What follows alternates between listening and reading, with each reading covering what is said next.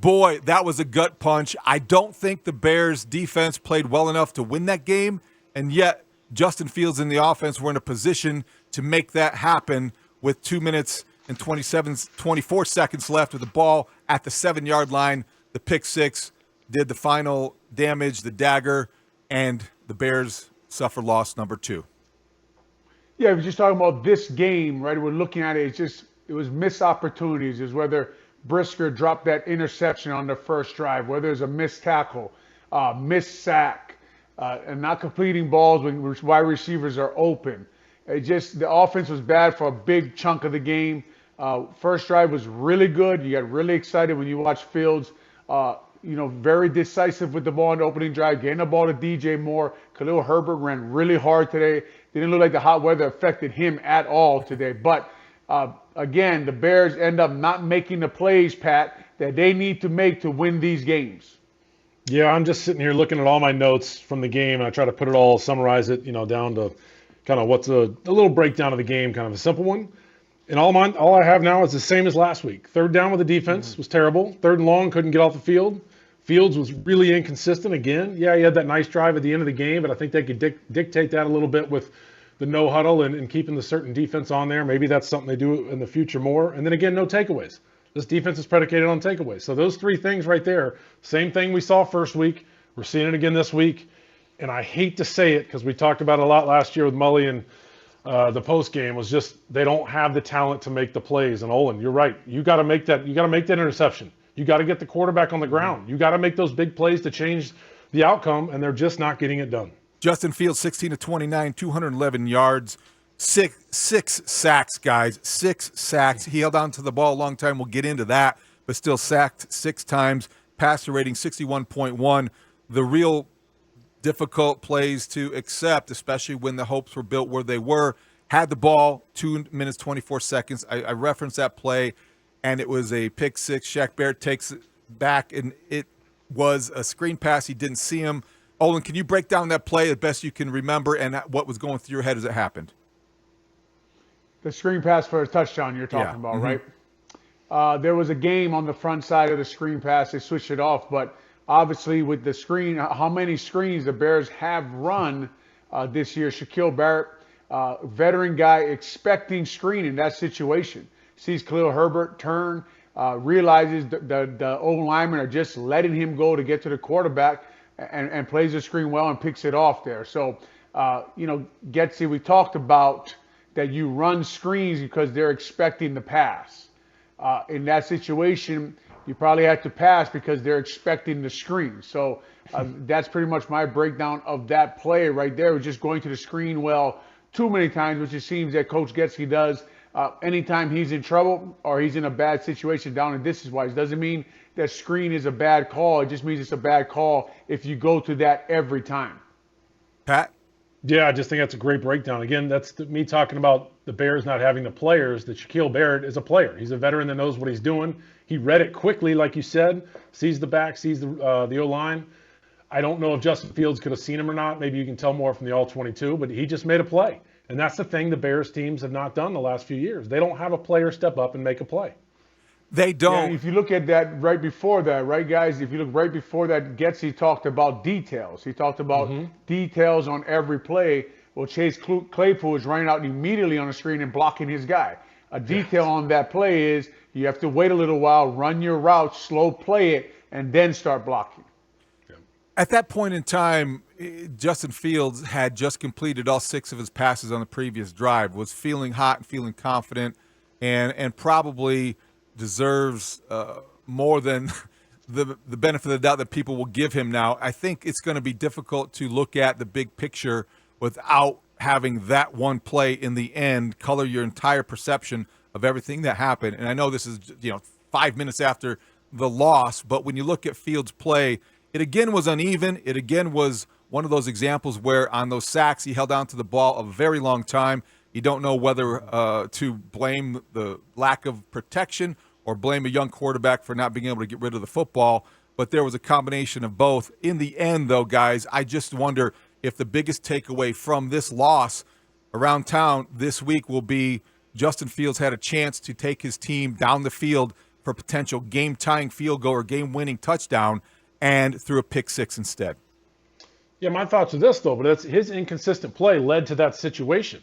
If he completes some of those balls earlier, doesn't hold on to the balls and take the sacks, they're not in that situation. Maybe they have a drive like they did the first drive of the game. Maybe have one or two more of those and put more points on the board, and they're not sitting in that position.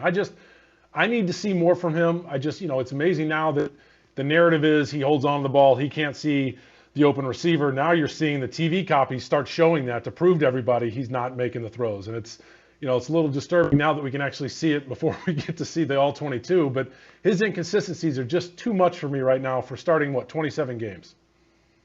Yeah, just not the start we wanted from Justin Fields in this city, especially with all the hope on the fact that we finally had our franchise quarterback. We wanted him to make these plays to put the Chicago Bears over the top against whether it be the Green Bay Packers or the Tampa Bay Buccaneers. And besides that first drive and that drive there in the fourth quarter, he's looked unsure in the pocket, right? He's looked like he doesn't want to get the ball out quickly.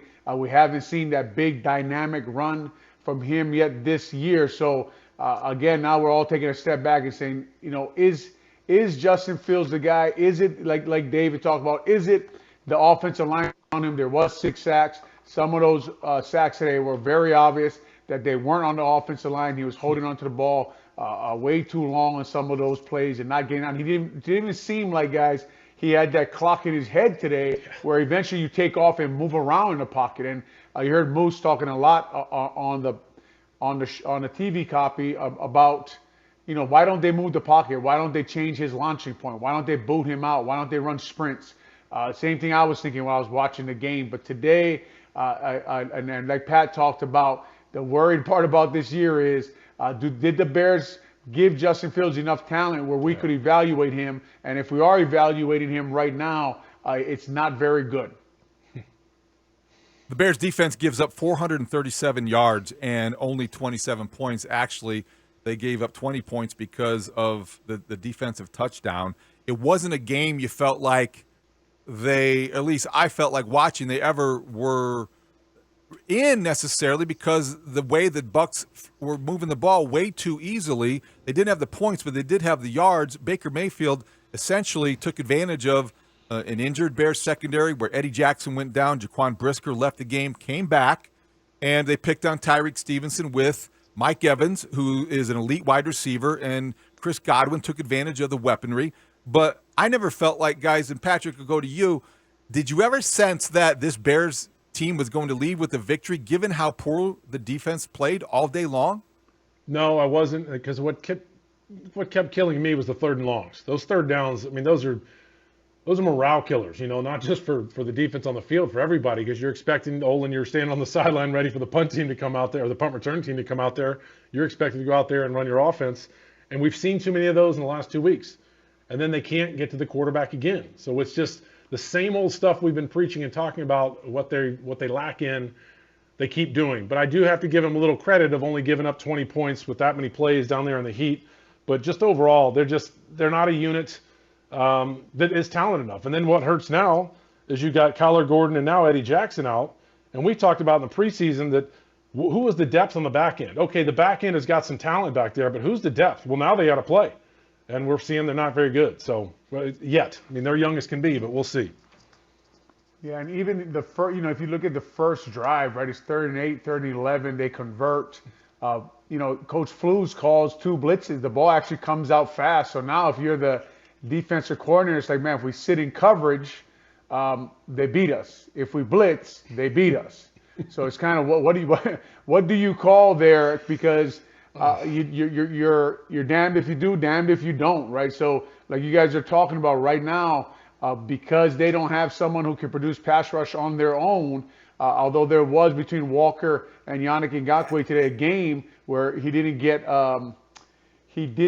Mayfield on the ground. There was a game there that they did produce a little bit of pressure, and when they did get there, Mayfield broke out of the pocket and hit some passes or ran the ball. So this defense right now, really struggling. Obviously, they give up a ton of points today. 7 of those points were on that, pick 6 there in the end zone by Barrett, only giving up 20 points, but just can't get off the field, especially in the heat down there in Tampa Bay. And we talked about in the pregame their lack of pass rush would probably lead to them losing the game. You're listening to the Great Clips post-game show presented by Tullamore Dew here on 670 The Score, Chicago Sports Radio. Until 5 o'clock, we will be taking your calls. Line them up, 312-644-6767. We will get your calls and your texts as soon as we get done venting ourselves a little bit.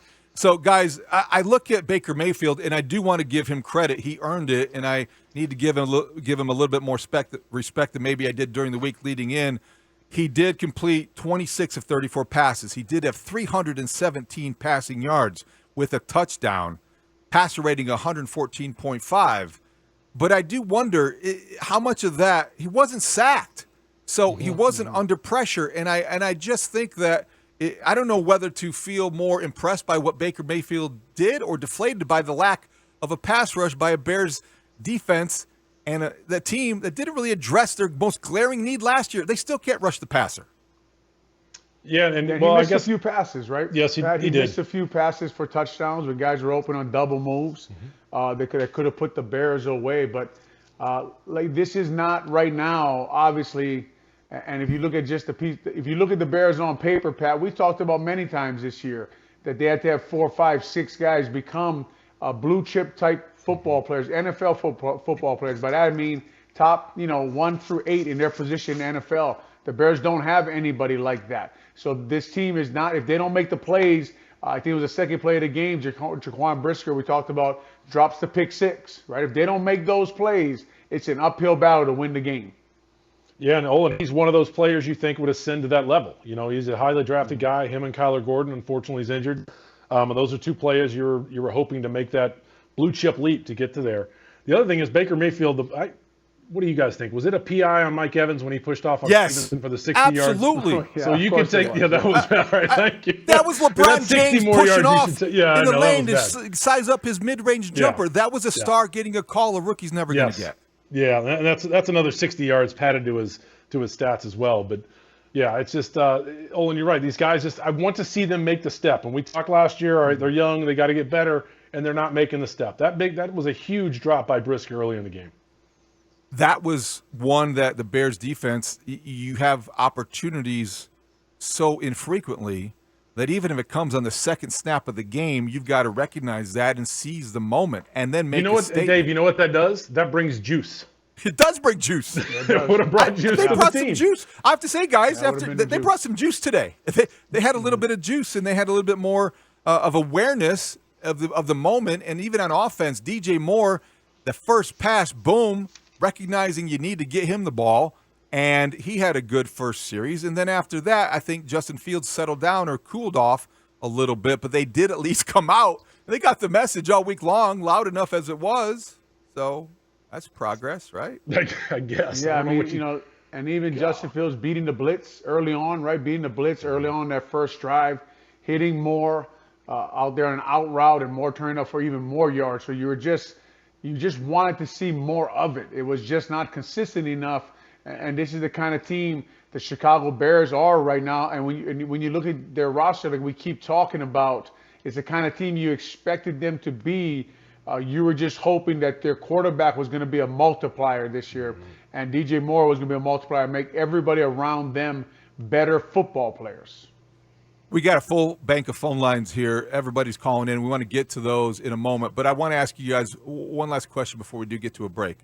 Olin, obviously, Braxton Jones is somebody you're familiar with, and you've been described as a guy, if you tell him once, he's going to learn a lesson. And I think that he wants to be good, and I think he's committed to being a good professional. But today, I think, again, I'm not sure what you felt but watching him, but he had a tough day, and I just wonder how much longer can they stay with him? Do you think they're committed to him, and where that all is headed?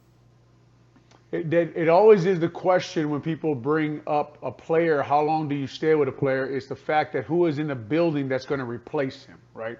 Who are you going to put on the field that's better than Braxton Jones? The Chicago Bears didn't bring anybody in to challenge for that left tackle job. So if you go to Larry Borum, well, he's shown that they have the same kind of problems, right? So I don't know if they have the opportunity to go away from Braxton Jones.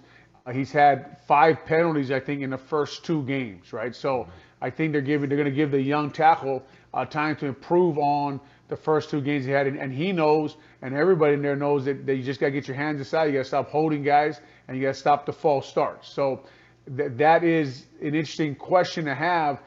How long we've talked about how many assets the Chicago Bears, Ian Cunningham, Ryan Poles, the general manager, assistant general manager, how many assets have they put into the offensive line to create competition there in case somebody is playing bad? Can you move somebody in? I just think it's really hard, Pat, to develop or hope that your franchise quarterback in his 3rd season develops, and you're developing him at the same time you're developing essentially a left tackle. Those are 2 premium positions to be developing at the same time because of how one is so related to the other. Yeah, I disagree with the way Ryan Poles has gone about this. That's just Olin knows I'm a former O-lineman at heart. I believe you always build a team inside out. You protect your quarterback first. And if he's that dynamic of an athlete, just make sure you give him protection. He might be able to break something on a run and all that kind of stuff, but I would like to see him be, well, the biggest weakness is him in the pocket, right? So why didn't they secure the pocket and say, all right, you can learn in a pocket now that you might have a little bit more protection up front, and they didn't do that. It's just, well, and to your guys' point, when you say you're developing a left tackle, or you're developing a right tackle, you're developing a right guard today. Yeah. Move Lucas Patrick to center. So really, that whole offensive line is under construction. Right, guys who never really played together before. Wright is a brand new. He's starting his 2nd game in the NFL. Right, Baxter Jones, 2nd year in the NFL, 5th round pick, playing left tackle. Ja'Tari Carter, I think he was a 6th or 7th round pick, starting at right guard. Right, so Lucas Patrick comes over from the Packers. I always tell people this. I'm not the one telling you that Lucas Patrick is not elite. What the Chicago Bears paid for him is telling you that Lucas Patrick is not elite. The top centers in the league now make $16 million a year. They're paying him $4 million a year. You know what you get what you pay for in every business. And you got to add Tevin Jenkins to that as well. A young guy who's been injured, who's not a proven player. 27-17 was the score. The Bears give up a late pick 6. They had the ball, 2 minutes, 24 seconds to go at the 7-yard line. Justin Fields threw a pick 6 to Shaq Barrett, his 2nd one in 2 weeks if you're the Bears quarterback, and now the 2nd loss in a row where you leave with a lot of regret and angst. And that's why we're here. 312-644-6767. This is the Great Clips postgame show presented by Toller Mardue.